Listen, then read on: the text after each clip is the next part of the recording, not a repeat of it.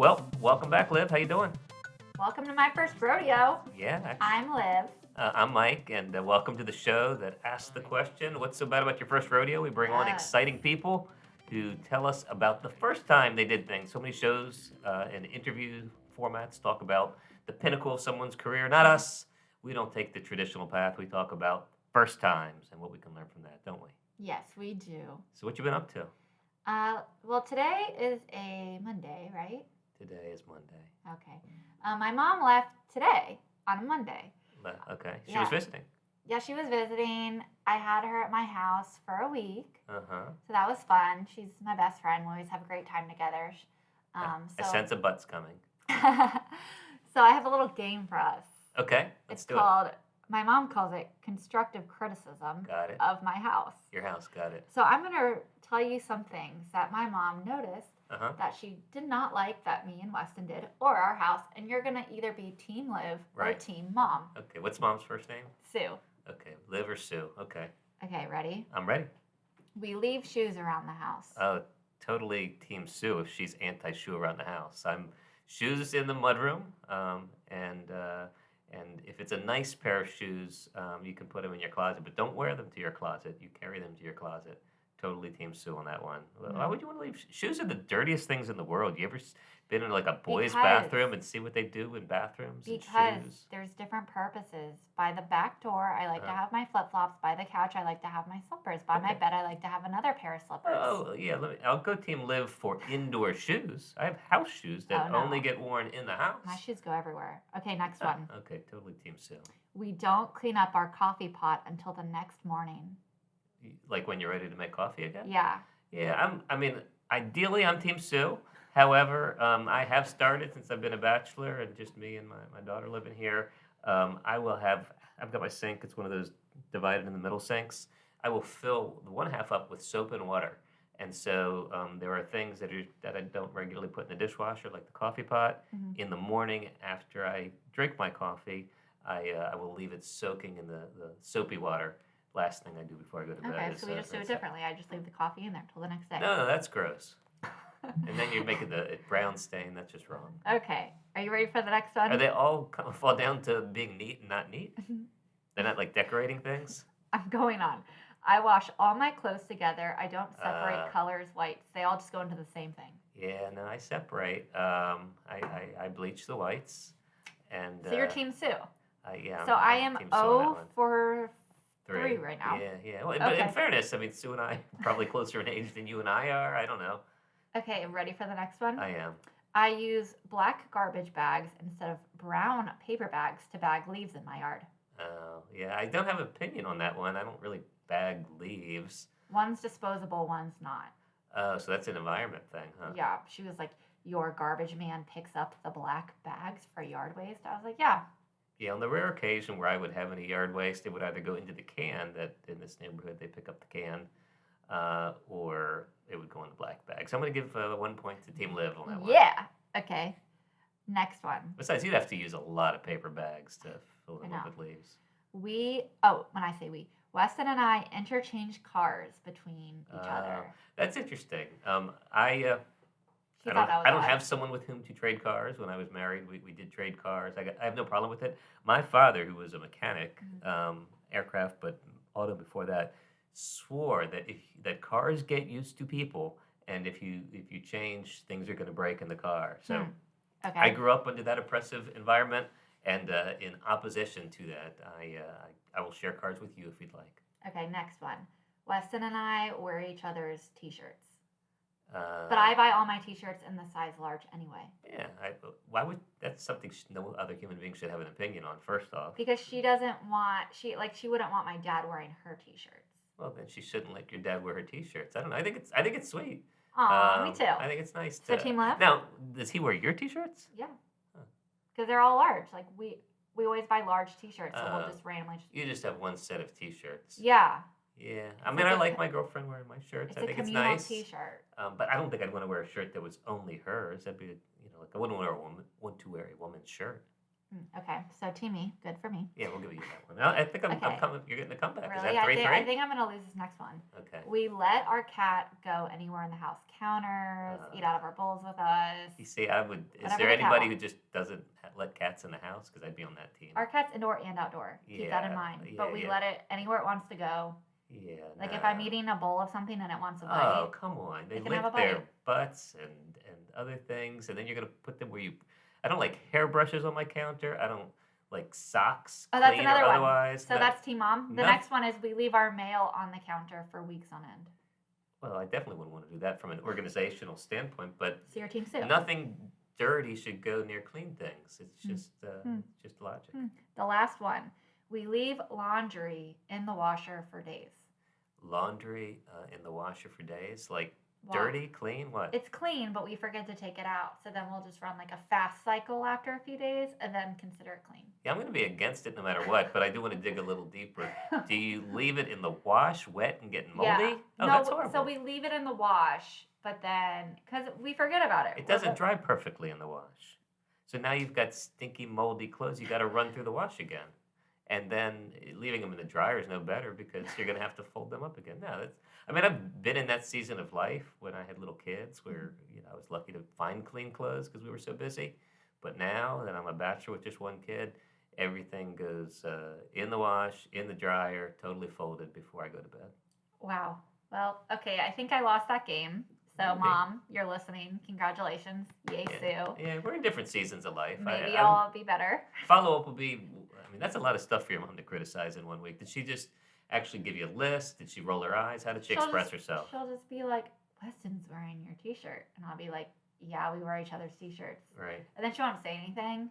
But because she said, Weston's wearing your t-shirt, Right. analytically, I think she thought about it.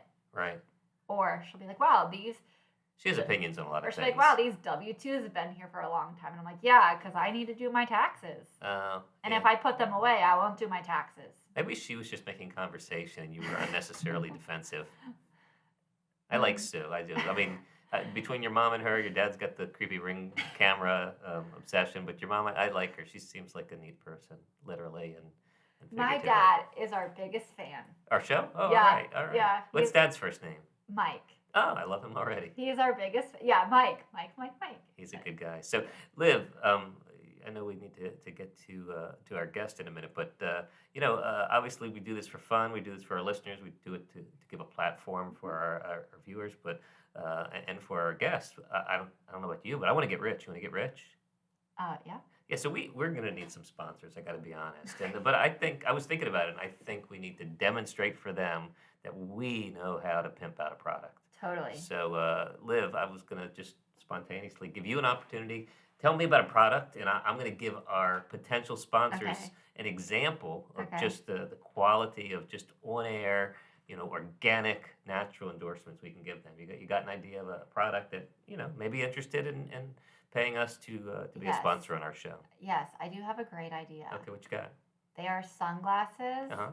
like the Ray-Bans with the camera, but Right. instead when you're looking at the person, they Right. give off the heat energy so you can see like their vibes. Like if they're Person you're red, looking at. yeah, like if they're red vibes, that means they have a lot of energy versus a yellow medium energy. So you can kind of see what you're talking to. Right, that makes sense. Do you have a name for this product? I don't know. What? Vibe glasses? Yeah. All right. Listeners, I want to take a moment to introduce you to one of our sponsors. It's a new sponsor. We're very excited to have them on the show. It's the Vibe Rays, the Vibe glasses. And Liv, they're a really exciting product. I don't know if you had a chance to try them out yet. Yes. They're amazing. And, you may, depending on your age, have grown up with mood rings, jewelry that you would wear that would tell you what your mood is because, you don't always know your mood. But think of this. What if you could know somebody else's mood? Wouldn't that be a nice thing? Yeah. You'd know if you come home what kind of mood your wife's in. If you're dealing with someone in an adversarial situation, you'll know whether it's a good time to bring something up. What you need are the Vibe sunglasses. They tell you what someone's personality is, what their mood, what their temperature is in a very literal sense, so you know whether it's a good time to bring up something or not. The new mood ring. How much would you pay for something like that? $79.99. Yeah, you don't have to pay that much. You can get a new pair of Vibe Rays for just the low price of $25. Sold. Vibe Rays, when you're ready to know the mood of the people that you're speaking with. Good, good. Okay, I got enough. So if you have that product, then please give us a call. You can see what we're capable of doing. If you have a more traditional product, we welcome you to our show, My First Rodeo. Speaking of which, we got a guest today. A great one. He's a really great guest. He's somebody that I know personally. I've known for 30 years, and his name is Justin Brooks, and he just does really good work helping people that have really been abused by the criminal justice system, and he, in so doing, helps the criminal justice system get better. My first rodeo. My first rodeo. My first rodeo. Liv, I'm excited to introduce to you my friend, Justin Brooks, who happens to be an amazing criminal defense lawyer. He has a new book out, You Might Go to Prison Even Though You're Innocent. I've got my purchased copy coming April 6th. I'm guessing that's when people who've pre-ordered it can get it. But he is a person who's dedicated his career since the time I knew him at Georgetown University Law Center when he was one of my professors to teaching students and to teaching people around the country and around the world, really, some of the injustices that happen within the criminal justice system. You might know him from a movie called Brian Banks, which is the story of a person who went on to play in the NFL who was wrongfully accused of rape. And Justin, in one of his Innocence Project clinics, represented Brian Banks and wound up getting him exonerated. Greg Kinnear, the Emmy Award nominated actor, played Justin in the movie. Award nominated. Say that again? Academy Award. Academy. Oh, yeah. What did you say, Emmy? Yeah, what's Emmys? Music? What's the difference? Emmy's TV. Oh, All right. okay. Thank you. You guys are far from Hollywood out there in Florida. Yeah, no kidding. Did I mention that he's at the California Western School of Law, very close to Hollywood, actually in San Diego, California? Dear friend and a great person, welcome to our show, Justin Brooks. Welcome. Thank you so much. It's a pleasure to be here. I'm glad you're here as well. And we go back a long way and we pick up where we left off. And part of that's because so much of what you've done has been captured in social media and in the media itself. But you do a lot of work that doesn't get a lot of attention. And a lot of people don't know what you do and what innocence work is. I'm sure there's a lot of people, some of our listeners, that would think that innocent people don't go to jail. If you're in jail, if you're in prison, you must have done it or done something. And your book and your life work really tests that theory. And so anybody who takes the time to hopefully listen to this podcast, but to go and read your book, I think will really be enlightened. But as I told you when you were so gracious to agree to come on the show, the premise of the show is my first rodeo, sort of a analogy to the first time we do certain things. I'd like to talk about your first criminal exoneree, the person you represented, and how that led to some of your life works. Sure. Well, my first innocence case was also my first capital murder case. And I took it on at a very young age. Then it didn't seem young, but now I look back and think, I was 29 years old and I got myself into this death penalty case without ever handling one before. And it was back 27 years ago. I was living in Michigan at the time. I'd moved to Michigan from DC. I'd stopped practicing law for a very short period of time, and I was enjoying a little academic life there in Michigan when I read about this young woman on death row in Illinois. And the article that I read said that she was sentenced to death on a plea bargain. And it was one of those moments where it just hit me of, how would somebody plead guilty and get the death penalty? I mean, a plea bargain is supposed to be a bargain where you're going to get a lesser sentence in exchange for giving up your right to trial, giving up a lot of your appellate rights. It's supposed to be a deal. And the idea that she could deal and get the worst possible sentence that had everything gone wrong at trial and everything gone wrong at appeals, that's what she would have ended up with. So I felt compelled to find out how that had happened. So I set up a meeting with her on death row. I went out and drove the hundreds of miles to see her. And I find this young kid, she's 21 years old. And she was very confused about what had happened and what was going on with her case. And then she tells me this remarkable thing, which is she says, I pled, but I'm innocent. So I said, you're innocent, yet you pled guilty, and now you're scheduled to be executed? Yes. So I went back and told my first year criminal law students exactly what I just told you, that I'd met this woman and she said she was innocent and she was scheduled to die. And I asked my class, who's willing to help me out on this case? And the next thing you know, I find myself completely embroiled in this capital murder investigation. And the night I had 4 volunteers from my class come to my house, and we sat around my kitchen table. We started going through the police reports. We started looking at the case. That weekend, we drove to Chicago. I put them all in my Jeep, and we drove to Humboldt Park, where the shooting had happened. And we stood right with the one eyewitness, and there was only one eyewitness in this case. And of all the people in the city of Chicago that could have seen this shooting, it was one woman who claimed she saw it from her apartment. And we stood in front of her apartment, and the crime scene was more than 400 feet away. And there was no lighting. It happened at midnight, and the shooting happened in front of a bathroom. And when I stood in front of the building, I not only would you not be able to see someone do a shooting, I couldn't see the bathroom from there. And when I measured it off, it was over 400 feet away, which is basically the factual equivalent of being in a pitch black football stadium. And this witness claimed she saw a girl hand my client a gun. And it'd be like you saying, I saw somebody hand someone a hot dog behind the opposite end zone in a stadium with no lights on. So it was just factually impossible. So you have this bad identification, and I'd be interested to know what that person's motive was, or just to get attention. But how does your client wind up even being caught up in all of this? How does she even get identified in the first instance? Well, first of all, to answer your question on motivation, it didn't take me very long to figure that out, because unfortunately her lawyer had never talked to this witness. But when I tracked her down and talked to her, I found out, surprise, surprise, the one person in the city of Chicago who saw the shooting was the girlfriend of the victim. And that wasn't in any police reports. That wasn't disclosed. And I still to this day don't know if she went to the police and said, I can testify for you guys, or the police went to her. But it was just fabricated testimony, completely false. How did my client get caught up in this? Well, she was there the night of the shooting. There was a girl who was with her who did the shooting, and my client was unaware that that was something that was going to happen. And she ends up getting picked up by the police after this witness says that she saw her there. And they hold her overnight, interrogate her for hours and hours on end. And she finally ends up signing a confession saying, I did this. And then the girl who was with her signs an identical confession saying, I shot a guy in the bathroom, then I came outside and she shot the second guy. And that way it put both of them in for conspiracy to murder and each murder as shooters. And it was important to the police to get my client because the other girl was 15 years old and not eligible for the death penalty.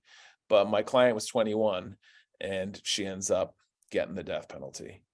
Does the 15-year-old shooter ever wind up recanting and telling the truth? Yes, she multiple times has said that she did both shootings. There was another girl who was present who said the other girl did both shootings. The forensic evidence is consistent with that, the bullet angulation of one shooter. And also the other girl's much taller than my client, and the angle of how the gun was held and everything was consistent with one shooter. And on top of it, the way this shooting went down, the idea that 2 separate girls would have both the capacity and the ability to pull this off while handing a gun off was just unrealistic. The one girl goes in the bathroom with this one guy, they're making out, he turns around to urinate and she pulls a gun out and puts a bullet in the back of his head. She then comes out of the bathroom and then just shoots the second guy as well. As usual, the simple story, the obvious story is the true story. The idea that she came out and then in front of the second guy, who by the way, were both hardcore gang members, that she would hand the gun off in front of him and somehow my client would have the capacity, ability, and opportunity to pull off the second shooting. It's just unrealistic. So that's how I get into the case. And fortunately for my client, the lawyer not only did a terrible job on, not investigating the case and not taking it to trial, he also did a terrible job in the sentencing, because there was a sentencing hearing. And the prosecutor in the sentencing hearing got greedy, where it wasn't enough that the prosecutor got a plea and now goes right to sentencing. It doesn't even have to prove guilt. The prosecutor argued to the jury that because my client's lawyer sought to suppress her confession, writing a one-page motion citing one case, Miranda, that meant she had no remorse. And because she has no remorse, she should be sentenced to death for that. And we took that issue up to the Illinois Supreme Court, and they unanimously agreed to what I'm sure is obvious to you, Mike, that you cannot use the assertion of a constitutional right as a grounds for executing someone, which is basically what it is. It's saying, Right. you got this confession unlawfully under the Constitution. That and the judges kept saying things like, I don't even understand the logical connection with your argument of saying a lawyer files a motion, so this woman has no remorse. So that put the case back at new sentencing, but I could not get the court to withdraw her guilty plea. I went back in front of a new jury. They, only had two choices, life or death. I argued her case in front of them. I argued all the issues in her life that would mitigate it, even if they believed she was guilty. And I got the best verdict I could, which was life. So after the case, after getting her off death row, I remember vividly the night I'm walking out of the courthouse in Chicago. It's a freezing cold night. And I just decided, this is what I want to do for the rest of my life. I want to work on these kind of cases. I want to do it with students because, as because, you were in a clinic with me in law school, that I really believe in clinical education and the idea that you can only really teach skills while people are doing real work. And I saw that in my students working on this case. They were in the crime scene with me. They were interviewing witnesses. They were going to court. And I was showing them all the things that were done poorly the first time around and, how to do better lawyering. So I moved to California because California had the biggest prison system in the world, had 3 strikes, had mandatory minimums, had the death penalty. It was, really the belly of the beast in a lot of ways. I started the California Innocence Project, and that was 23 years ago. Now, yeah, that's amazing. And I'm sorry, you may have said it, but the name of that first client is what? So it's Marilyn Malero, and I'll tell you the punchline of it too. Right. So I started her case 27 years ago when I was 29 years old. I finished her case in October. It took me 27 years to finally get her out and get her case dismissed. I took it all the way through state court, federal court. I petitioned the United States Supreme Court. I did 4 separate clemency arguments in front of 4 separate Illinois governors. And finally, I got one of the governors to let her out. And then I petitioned with the district attorney's office, filed a new habeas petition. And finally, they agreed that her case should be dismissed just this past October. And the reason they finally did that is because now the detective that completely fabricated her case has been linked to dozens of wrongful convictions. And there's hundreds of millions of dollars of lawsuits against him. And all these people have been freed in Chicago. But it took me 27 years to get her case resolved. Wow, that's crazy. Tell us about the moment when she learned, I presume through you, that she was going to be free. So the first moment was the moment that I learned from the governor's office that they were finally going to grant my petition. And honestly, Mike, like I you know me well enough to know that there's not too many times that I wouldn't have the ability to speak. And I almost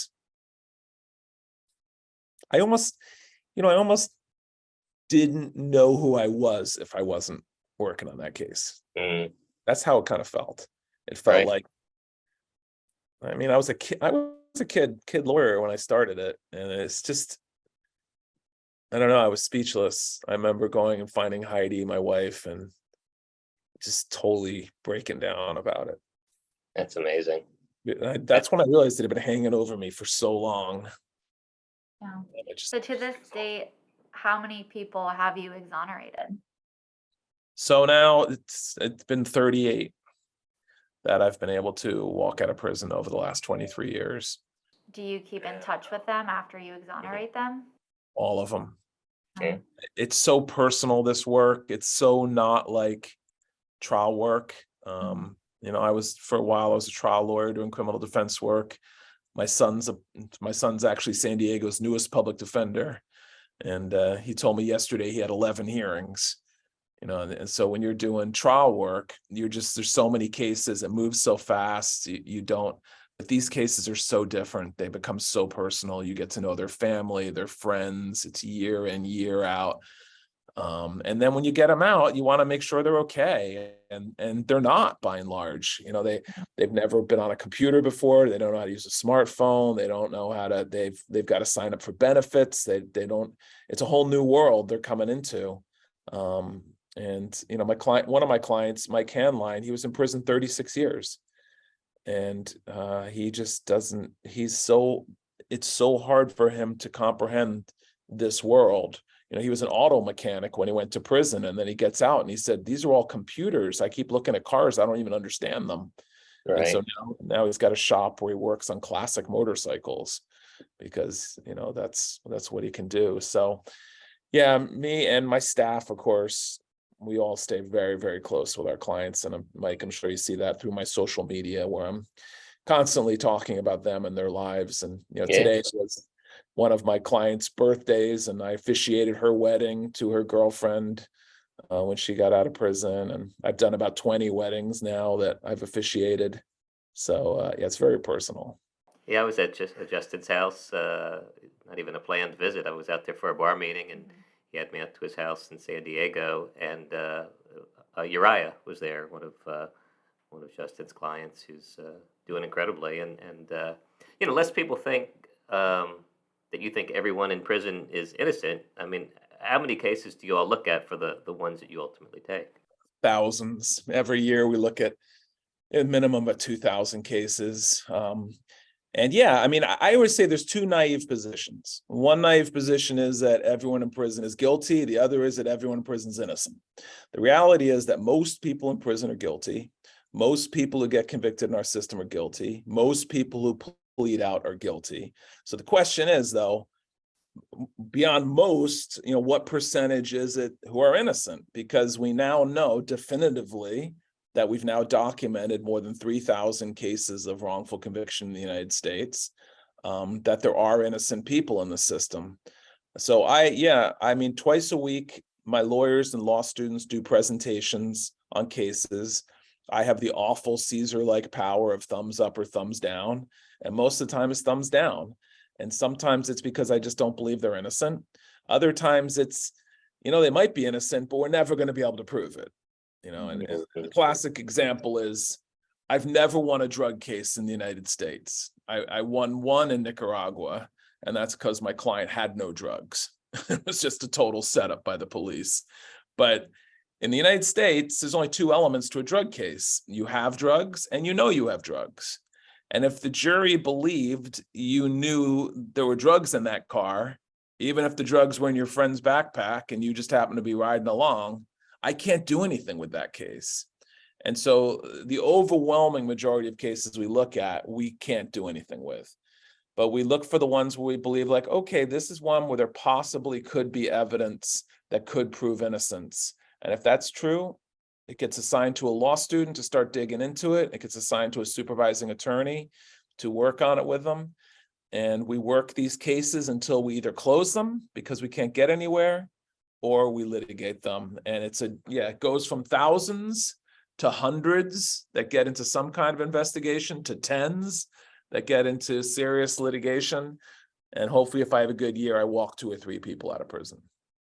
That's amazing. And your book, You Might Go to Prison Even Though You're Innocent, is captures all of this and then some, really puts you in the seat of the defense lawyer, whether you're a lawyer or just someone who's interested in criminal justice or maybe hasn't heard of these stories before. What I love about it is it's certainly written at a high level, but it's not written just for lawyers. It's written for anyone who has interest in this subject, and frankly, everyone should have interest in this subject.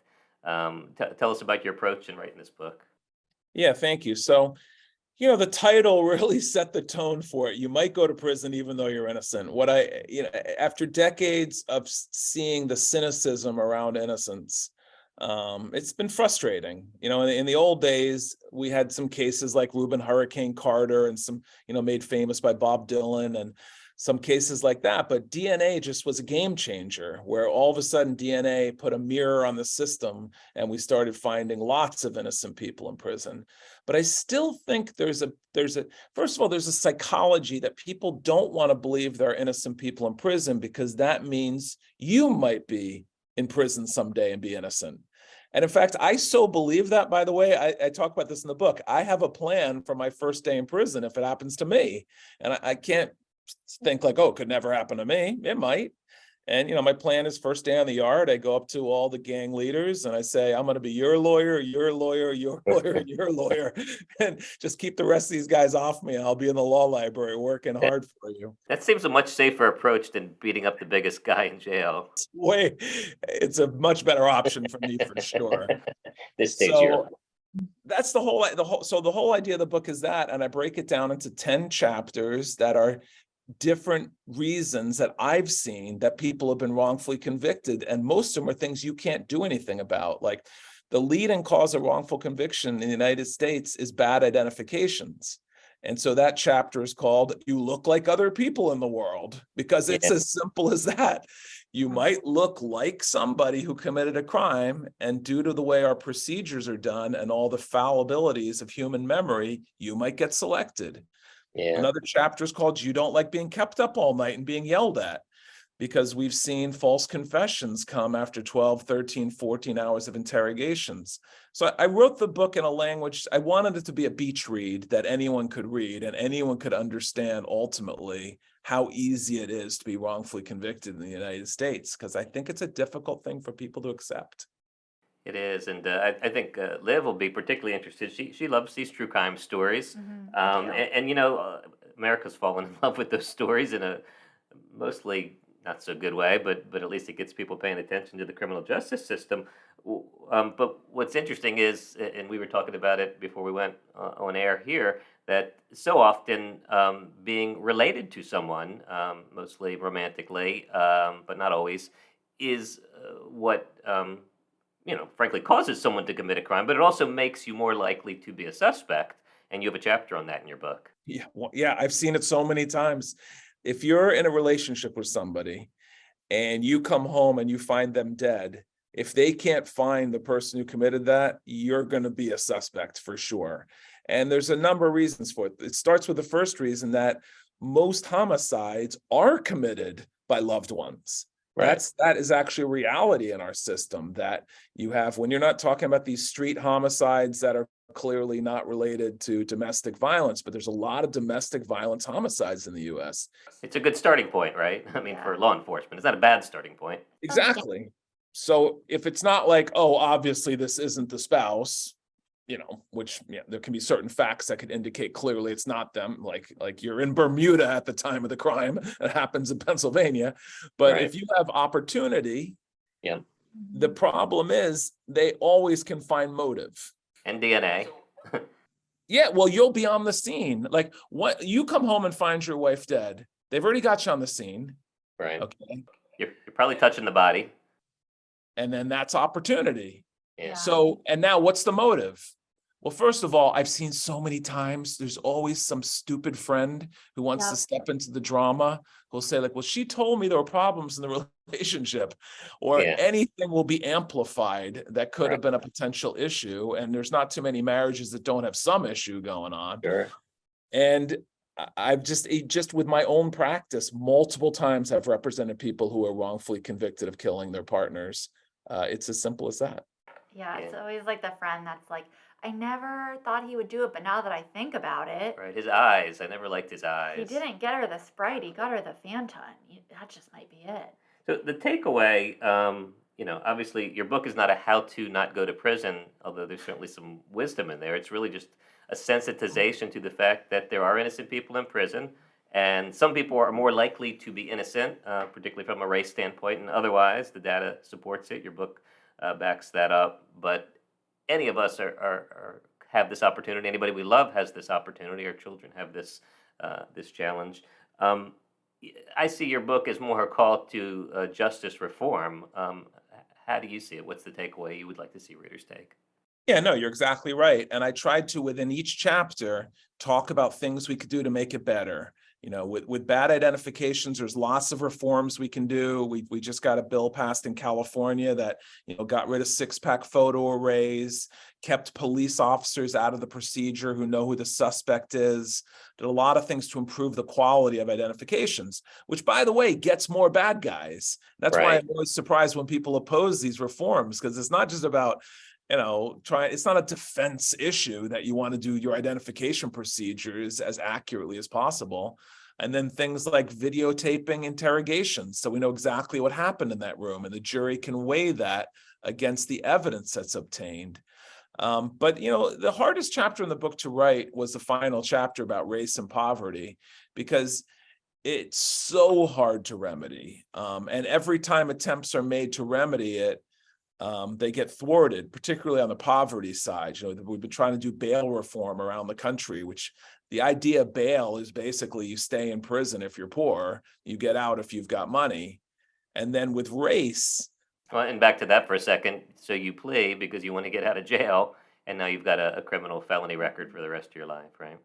Yeah, so poor people are more likely to do that. Poor people are more likely to stay in jail pending trial because they don't have money for bail. Poverty certainly will increase your chances of being in prison. Any decreased resources, that's an obvious.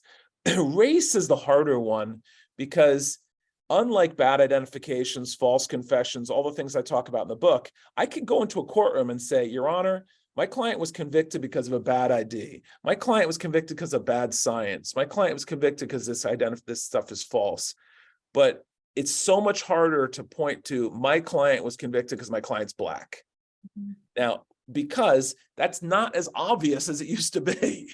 Right. When you look at the history of laws in the country, we had explicit racism and Jim Crow laws and things like that. Now it's more about implicit racism. And that's much more difficult to battle. I mean, the only real way to deal with it is education. But there are things, I looked at some studies when I was writing the book, and one of them was so shocking. And it was, they took people and had them watch virtual reality trials. And the only thing they changed between the study groups were the race of the defendant. And they found that when they're people of color, they were more likely to get found guilty and more likely to get longer sentences. And a lot of that just comes down to human nature about empathy and, relating to people that you can identify as being like you. Mm-hmm.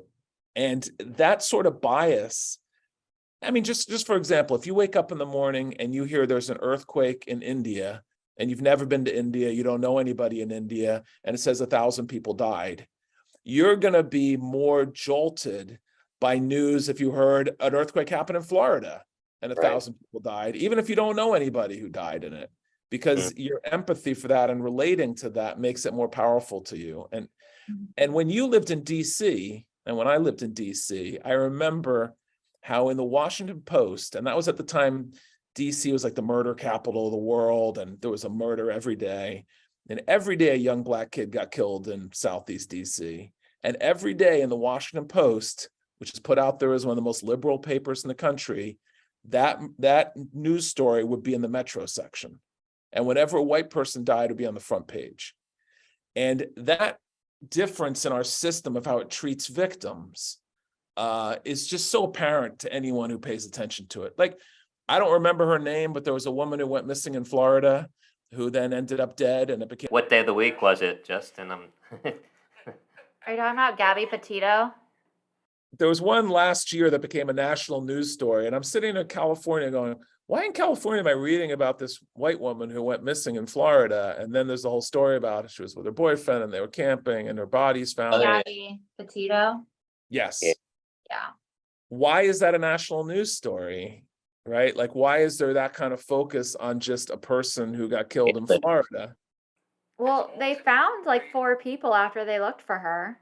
Oh, well, so your point would be it's a good thing because at least it gets us looking Yeah, they found a bunch of Indigenous. other dead bodies in the mountain. How many stories become national news stories about people of color who end up Yeah. getting murdered? And how much, unless you can make us, I'll give you another example from Florida. Do you remember a kid who got, I say this to my class, actually, I say, do you remember several years ago, there's a kid in Florida who got shot by a security guard who was walking back from a convenience store? Oh, yeah. And Sure. half my class know his name. Yeah, yeah. Trayvon Martin. Exactly. And then I say, do you guys know what he was carrying? Do you two know what he was carrying? Skittles. Skittles. Now Yeah. just think about that for a second. That case is years ago, and you remember that he had Skittles. He also had an Arizona iced tea on him. Well, Yeah. I know why you remember that, because I know the guy who created the story for change.org to make it into a national story. And he told me he specifically wanted to put elements in the story that any parent could relate to, of their child going to a convenience store, getting Skittles and an Arizona iced tea, and be walking home and be shot by a guy, because that would evoke empathy in people. Mhm. That's And then good. he put the hoodie angle in because he said that would relate to a lot of people in the African American community who also get treated that way because they're wearing hoodies. And the next thing you know, NBA players were all wearing hoodies. There were national protests. So like what we pay attention to in the news impacts ultimately what level of justice different people get for different things. That's just the reality of it. Yeah, no, that's a great example. And obviously, one of the solutions there, because you mentioned if I see someone who looks like one of my friends' kids before me and I'm a judge, I may not be racist, at least not expressly, but I'm going to relate to that kid a little more. And if I were a black judge, presumably I'm going to relate more to someone that looks like, not that I only have black friends if I'm a black judge, but just statistically that those types of things are more likely to go the other way when you start to diversify jury pools and judges, right? Yeah, diversifying it, educating people about that, getting people to be aware of their biases. I mean, when I talk about bias too, by the way, bias isn't always a negative thing, because bias is just using your past experience to, inform your present action. So every time you open a door, you're using bias. Based on all the other doors you've opened in your life, you've learned how much pressure to apply, how to turn it. That's bias informing you for action. So human beings can't function without bias. But when bias turns to prejudice, because you're putting to that certain ideas that are stereotypical, if we can just become aware of that, we can start undoing some of it. But undoing all of it is very difficult for human beings to do. And the criminal justice system is just a microcosm of society. So people who don't think that the criminal justice system is racist must also not believe that society is racist, because it's just people from that society who go into a building every day and make decisions. That's Right. all it is. Yeah, it's not AI. If it was AI, maybe we could move away from that, but it's not. Yeah, we might have to have you back to talk about AI, and Yeah. obviously it's gotten a lot of newsworthiness lately, and I would be interested to have you back and talk about what good or bad applications you could see that having in the work that you do and the work that's done to get cases to your desk. But Yeah, no, it's fascinating. So grateful for the work that you do. Obviously, exonerating people, they're grateful, but the system's really better off for the work that you do. I know even some prosecutors are appreciative, and your students learn so much, and I know they go on to do great things as well.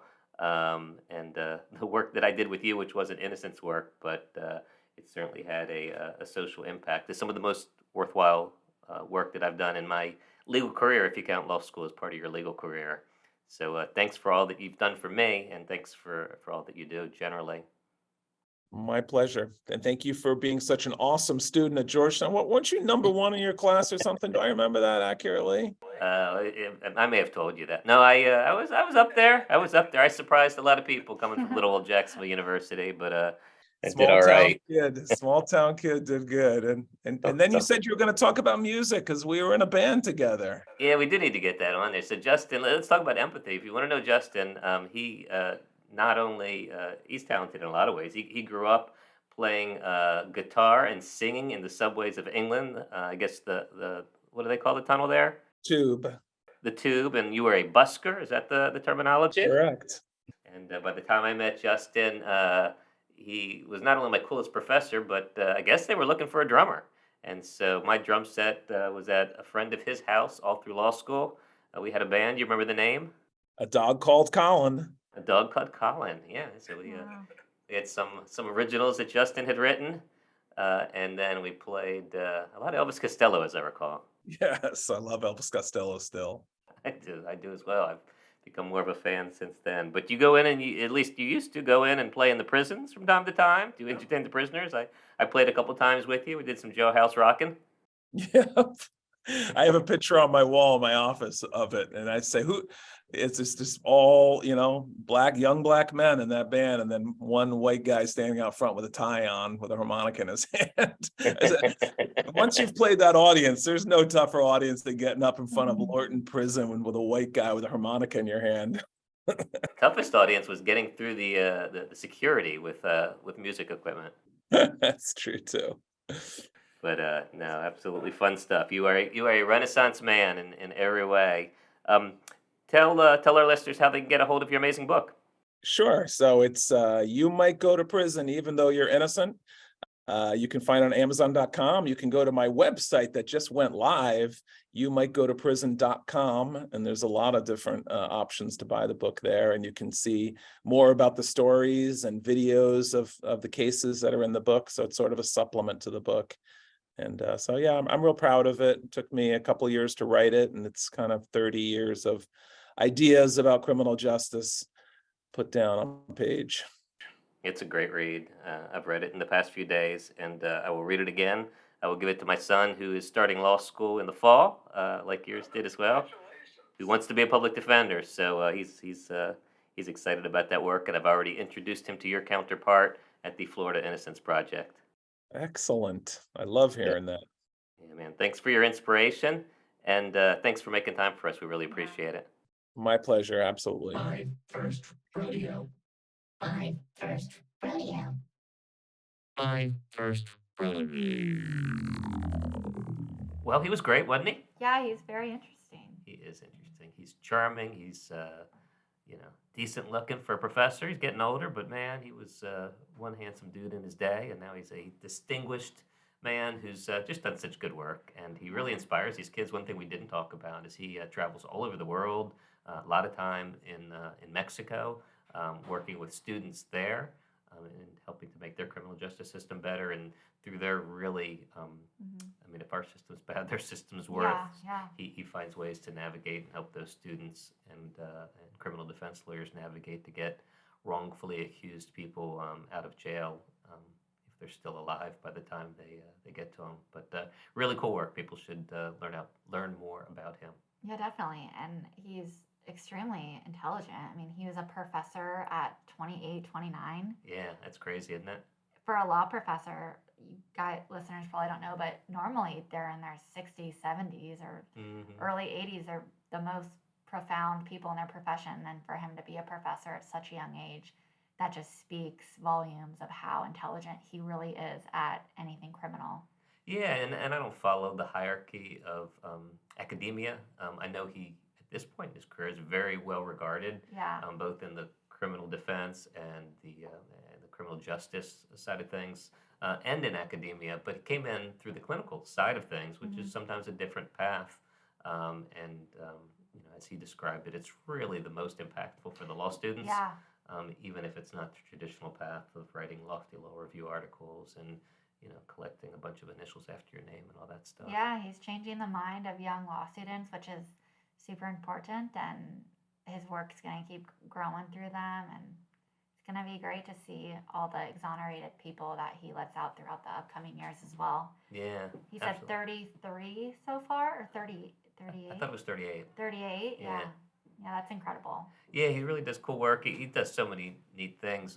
One thing that he did that really inspired Freed to run the 6 marathons in 6 days that I do each year to raise money for legal aid is he, and I think he's done this several times, walks across the entire state of California Oh my gosh. and delivers clemency petitions to the governor each year of the people that Wow. meet certain criteria that justify clemency, and has done that several several different times. And when I saw him do that, that was part of what sort of fueled my desire to walk across Florida and use it for a different purpose. Yeah.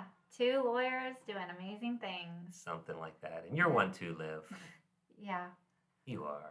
I mean, you are a lawyer. No, I am. I do have a paper that says it. Yeah, definitely. That was a great show. Thanks. Yeah.